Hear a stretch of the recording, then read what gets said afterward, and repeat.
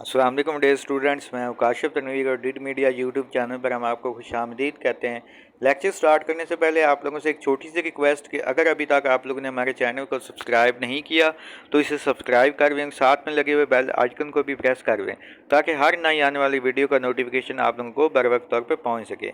आज हम हाजिर हुए बहुत नए हॉट टॉपिक के साथ 1973 constitution 1973। The constitution noticeably different from the earlier constitution of 1956 and 1962। ये जो कॉन्स्टिट्यूशन था 1956 और 1962 के कॉन्स्टिट्यूशंस जो थे उनसे डिफरेंट था। मतलब कि इनके अंदर ख़ास तौर पर उन चीज़ों को मलहूज़े खातर रखा गया या उन गलतियों का इजाला किया गया जो कि पिछले कॉन्स्टिट्यूशंस के अंदर की गई थी। अब ये कब दिया गया? 14 अगस्त 1976 गेव दी जुल्फ़िकार अली भुट्टो। जुल्फ़िकार अली भुट्टो जब 1971 के अंदर पाकिस्तान के वज़ीर आज़म बने थे, पहले सिविलियन चीफ मार्शल एडमिनिस्ट्रेटर थे, उन्होंने इस कॉन्स्टिट्यूशन को बनाया था। अब होता यूँ है जुल्फ़िकार अली भुट्टो की मतलब कि 1971 के अंदर कि बांग्लादेश जो है या आप कह सकते हैं कि ईस्ट पाकिस्तान हमारे वेस्ट पाकिस्तान से अलहदा हो जाता है और ईस्ट पाकिस्तान अपना नया नाम बांग्लादेश रखता है, जिसे मतलब कि पाकिस्तान ने जाकर 1974 के अंदर एक्सेप्ट भी कर लिया था, तस्लीम कर लिया था। इस तरीके से अनफॉर्चुनेटली ये एक बहुत बड़ा आप कह सकते हैं कि ब्लैक डे होता है ख़ास तौर पर तारीख़ के अंदर या मुसलमानों के लिए, या आप कह सकते हैं कि वेस्ट और ईस्ट पाकिस्तान दोनों के लिए ही एक बड़ा हिस्सा हमसे अलहदा हो चुका होता है। जब ये अलहदा हो जाते हैं तो फिर जुल्फ़िकार अली भुट्टो कौम से भी ये भी प्रॉमिस करते हैं कि बहुत जल्द नया आइन बनाया दिया जाएगा। और इस तरीके से अब ये जो कॉन्स्टिट्यूशन है ये सिर्फ़ और सिर्फ पाकिस्तान यानी वेस्ट पाकिस्तान को मद्देनज़र रखते हुए बनाया जाता है। अब इसकी खासियतें क्या होती हैं? वाज नॉट एब्रीगेट कि इसको ये वो इसकी खासियत सबसे बड़ी इसकी खासियत ये होती है कि इसको कभी भी एब्रीगेट नहीं किया गया, मतलब कि इसको मुअत्तल नहीं किया गया, रिजेक्ट नहीं किया गया किसी ने भी। सिर्फ मतलब कि ऐसा कुछ टाइम के अंदर कुछ मतलब कि ऐसे लम्हात ऐसे आते हैं हिस्ट्री के अंदर जब इसको सस्पेंड किया गया था। सस्पेंड करने और जो एब्रोगेट करने में फ़र्क होता है। सस्पेंड होता है कि कुछ हालात के तकाज़ों के मुताबिक कुछ अरसे के लिए उसको मतलब रोक दिया जाता है उसके ऊपर काम।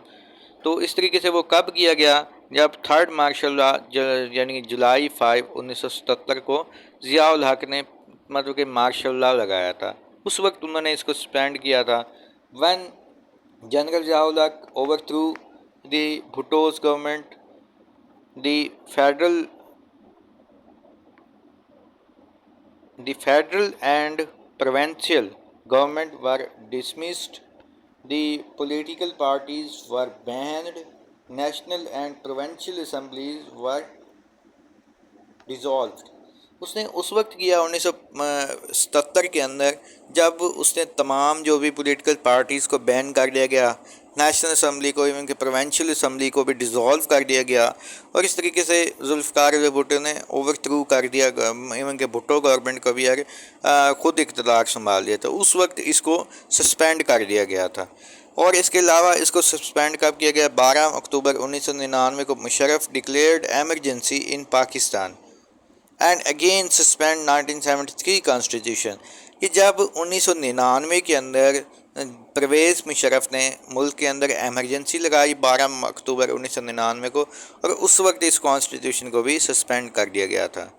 अच्छा, फर्दर इसकी क्वालिटीज़ देखते हैं। इसके अलावा डेयर स्टूडेंट ये कभी भी सस्पेंड नहीं हुआ, बल्कि यही कॉन्स्टिट्यूशन है जिसके मुताबिक हमारा जो मौजूदा करंट जो भी सिस्टम है वो चल रहा है। आगे रिटन कॉन्स्टिट्यूशन है, ये भी passed by the parliament in written form, consists of 12 parts, 12 parts and 280 articles। इसके 12 पार्ट्स और 280 आर्टिकल्स थे।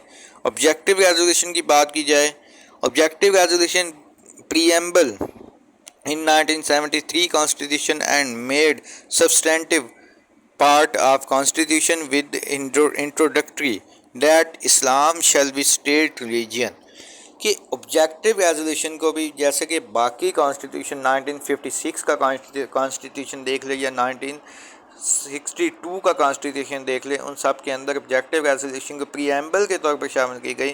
اس کے اندر بھی اس کو بنیادی حیثیت حاصل ہوئی آبجیکٹیو ریزولوشن کو، اور اس کا آغاز کیسے کیا گیا؟ Islam shall be the state religion, کے اسلام ہی ایک ملک کا آفیشیل آپ کہہ سکتے ہیں، یا آپ یہ بھی کہہ سکتے ہیں کہ سرکاری مذہب جو ہوگا ملک کا وہ اسلام ہوگا.